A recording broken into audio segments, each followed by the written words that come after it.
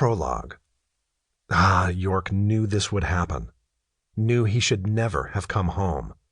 Knew that if he set foot back in America, he'd end up in the backseat of a covert CIA SUV, winding through the back hills of Washington state, with a guy who had probably figured out that York knew his secrets.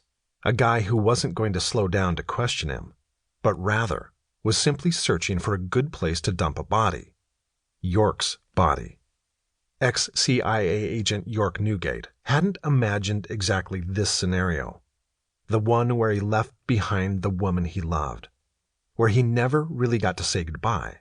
Where somehow the happy ending he'd grasped for a wonderful, disbelieving second, slipped through his fingers.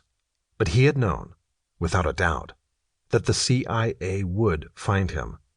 After all, he knew their tricks, knew they were tenacious, and that the driver, former Officer Alan Martin, dressed in a suit, with close-clipped dark hair and a pair of aviator glasses, had no intention of questioning him down at headquarters. Liars, all of them, and York had been one of the very best. Maybe he deserved this. So, taking the shortcut back to D.C., he said now, his knees jammed into the passenger seat in front of them. Martin glanced at him over his shoulder, not even allowing a smirk at York's attempt to point out the obvious. They were traveling down a remote highway in the middle of the Okanagan-Wenatchee National Forest. "I saw a great hike to Bridal Falls a couple miles back.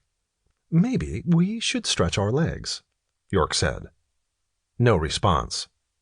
They'd flex-cuffed his hands behind him, but he could get out of that easily enough. He just needed them to slow down. Last thing he wanted was to take a header off the side of the road, end up in a metal crumble at the bottom of the mountain. But maybe that would be better than what Martin had planned for him.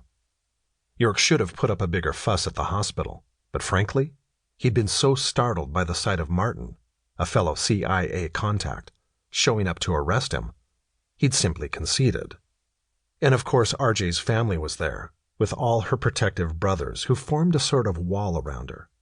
The last thing he wanted was a reason for them to dislike him more. So he'd gone with Martin, quietly. Nothing to see here, folks.